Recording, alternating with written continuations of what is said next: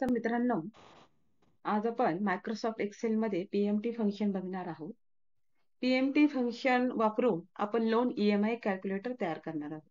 आता loan EMI calculator म्हणजे काय? तर आपण जे काही लोन घेतो बाजारामध्ये वेगवेगळ्या प्रकारचे लोन्स अवेलेबल आहेत. फॉर एक्झाम्पल होम लोन आहे, कार लोन आहे किंवा पर्सनल लोन आहे. तर ते घेताना आपल्याला मंथली ईएमआय किती द्यावा लागणार आहे किंवा आपल्याला इंटरेस्ट किती वाचणार आहे, ह्याचं कॅल्क्युलेशन करण्यासाठी आपण लोन ईएमआय कॅल्क्युलेटर तर आपल्या ह्या ट्युटोरियलमध्ये आपण बघणार आहोत. आणि तसेच यामध्ये आपण रिड्युसिंग बॅलन्स मेथड ही पण बघणार आहोत, की method of calculating interest on loan, की आपला इंटरेस्ट जो आहे तो लोन काढल्यानंतर किती कसा कॅल्क्युलेट होतो. तर ते कॅल्क्युलेशन पण आपण यामध्ये बघणार आहोत. तर चला तर आता आपण सुरुवात करूया, की लोन ईएमआय कॅल्क्युलेटर कसं बनवायचे. तर सगळ्यात सुरुवातीला इथे मी लोन अमाउंट इथे टाकते. तर सिंपल आपण घेऊया. 1,00,000 रुपीज घेतले. इंटरेस्ट रेट घेतले आपण 9%. त्याच्यानंतर लोन टेन्चर म्हणजे किती वर्षामध्ये तुम्ही परतफेड करणार आहात लोनचे. तर आपण इथं 1 इयर घेऊया, कारण आपली लोन अमाउंट छोटी आहे त्यामुळे आपण 1 इयर घेतला. आता या ठिकाणी मंथली इन्स्टॉलमेंट काढायची आपल्याला. तर मंथली इन्स्टॉलमेंट काढण्यासाठी आपण पीएमटी फंक्शन यूज करणार आहोत. तर मी ह्या ठिकाणी इक्वल टू साइन देणार आहे आणि एफएक्सला इथं क्लिक करून पीएमटी फंक्शन आपण घेऊया इथे आणि इथे ओके करणार. ओके केल्यानंतर आपल्याला या ठिकाणी रेट घ्यायचा. रेट काय आहे आपला 9%. हा आहे अॅन्युअल असल्यामुळे आपल्याला डिवायडेड बाय त्याला 12 करायचंय, कारण आपल्याला तो मंथ मध्ये कन्वर्ट करायचा आहे. NPR means tenure year. Year आपलं 1 इयर घेतलं. Now this year is converted into month. Now multiply by 12. 12 months मध्ये आपलं आलेलं आहे या ठिकाणी. आणि पीव्ही काय आहे 1,00,000 रुपीज आपली जी लोन अमाऊंट आहे ती. आणि ओके केलं. ते केल्यानंतर इथे बघू शकता तुम्ही, की इथे आपला एक मंथली ईएमआय आलेला आहे 8,745.15 पैसे. तर टोटल अमाउंट पेएबल कशी काढणार आपण? त्यासाठी परत आपल्याला इक्वल टू साइन द्यायचे. आपला जो मंथली ईएमआय आहे तो झाला एका महिन्यासाठी. त्याला मल्टिप्लाय बाय 12 केल्यानंतर आपल्याला पूर्ण वर्षाचा ईएमआय आपल्याकडे आलेला आहे या ठिकाणी.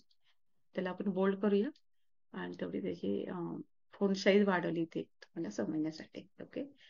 त्याच्यानंतर ऍक्च्युअली इंटरेस्ट आपल्याला कॅल्क्युलेट करायचे किती आलेलं आहे. इक्वल टू साईन आणि ही जी अमाऊंट आली टोटल अमाऊंट पेएबल प्लस, कारण प्लस मायनस मायनस होतं त्यामुळे इथे प्लस घेतलंय. कारण आपली जी अमाऊंट आहे ही मायनस असल्यामुळे तिथे मी प्लस घेतले. आणि 1,00,000 वरती क्लिक केलं या ठिकाणी आणि एंटर केलं. तर या ठिकाणी तुम्हाला इंटरेस्ट या ठिकाणी आलेला आहे. किती आले बघा, 4,941.77. हा आपला इंटरेस्ट या ठिकाणी कॅल्क्युलेट झालेला आहे. तुम्ही ते बघू शकता हे बघा. आता त्यानंतर ह्याच्यामध्ये आता लोन कॅल्क्युलेटर कसं वापरायचं, ह्याच्यामध्ये वेगवेगळे व्हेरिएशन्स तुम्ही करू शकता. फॉर एक्झाम्पल इथे मी एखाद्या बँकेचा रेट आहे 12% आहे. त्याप्रमाणे इथे आलेलं आहे बघा, मंथली ईएमआय पण आले आणि इथे इंटरेस्ट पण आलेला आहे. तुम्हाला जो इंटरेस्ट रेट असेल तो इथे तुम्ही टाकू शकता. इथे मी 20% टाकला इथे.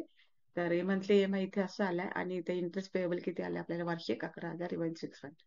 त्याशिवाय पण वेगवेगळे तुम्ही व्हेरिएशन टाका. इथे इंटरेस्ट रेट तुम्ही बदलून बघा या ठिकाणी. आता आपण परत 9 इयर्स केलं या ठिकाणी आणि एंटर केलं. सपोज मी इथे लोन टेन्चर घेतलं इथे 3 वर्षासाठी.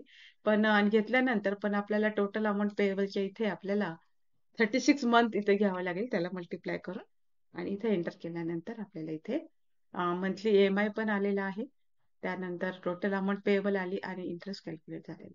असे व्हेरिएशन टाकून तुम्ही लोन ईएमआय कॅल्क्युलेटर तुम्ही बघू शकता करून.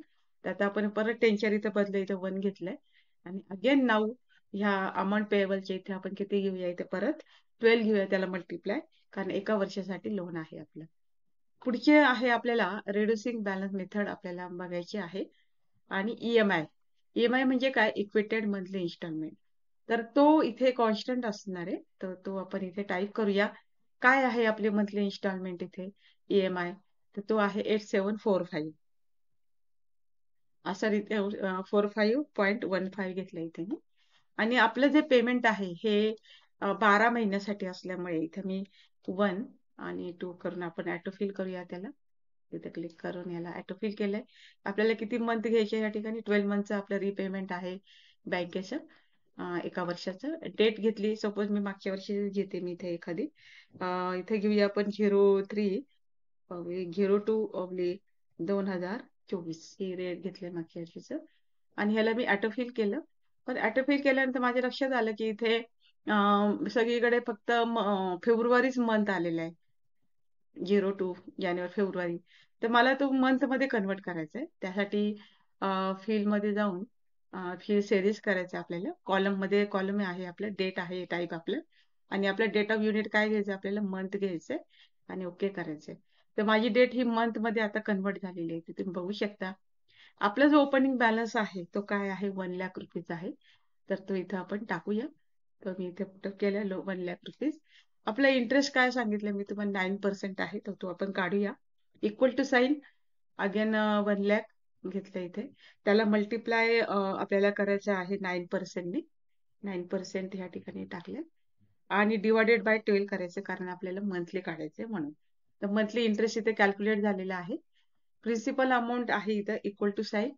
ही जे EMI आपण पे केलाय त्याच्यातून आपल्याला इंटरेस्ट मायनस करायचं, म्हणजे आपली प्रिन्सिपल अमाऊंट इथे आलेली आहे ह्या ठिकाणी.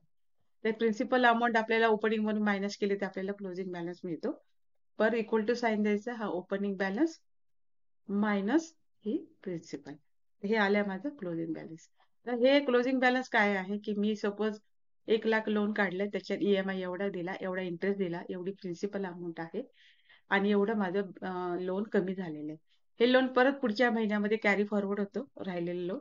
इक्वल टू साईन करून ह्याच्यावर परत क्लिक केलं की ते परत पुढच्या महिन्यामध्ये घेतलंय मी. ही अमाऊंट मला पे करायची. परत त्याच्यावरती इंटरेस्ट कॅल्क्युलेट करायचं, त्यासाठी मी इथे ऑटो फिल केलं ऑप्शन. याला पण केलं ऑटो. इंटरेस्ट बघा कमी झालाय थोडा. प्रिन्सिपल अमाऊंट पण आलेली इथे बघा. आणि इथे क्लिक केलंय. तर अशा रीतीने आपल्याला सगळं हे ऑटो फिल करून घ्यायचंय 12 महिन्यापर्यंत. तर मी ऑटो फिल करणार आहे. EMI तर तुमचा कॉन्स्टंटच राहणार आहे या ठिकाणी, जो मी दिलाय तो. आणि हे जे आपण काढले आता EMI, इंटरेस्ट आहे तो. इंटरेस्ट नंतर ही प्रिन्सिपल अमाऊंट आहे. ते सगळे आपण ऑटो फिल करून घेतले या ठिकाणी. आणि हा जो क्लोजिंग बॅलन्स आहे तो इथे घेतलेला आहे. ओके. हे घेतल्यानंतर आता मी या ठिकाणी हे जे अमाऊंट आहे यांना सगळ्यांचं आपण पॉईंट जे आहे डेसिमल पॉईंट ते आपण डिक्रीज करून घेऊया. म्हणजे तुमच्या लक्षात येईल, राऊंड अप करून घेतले सगळे मी. आणि इथे सुद्धा हे जे फिगर आहे याला पण राऊंड अप करून घेते. तर तुमच्या लक्षात येईल आता बघा, माझा जो क्लोजिंग बॅलन्स आहे तो ह्या मंथ एंडला 12 महिन्यामध्ये हा 0 झालेला आहे. म्हणजे माझं पूर्ण लोन रिपेमेंट झालेलं आहे.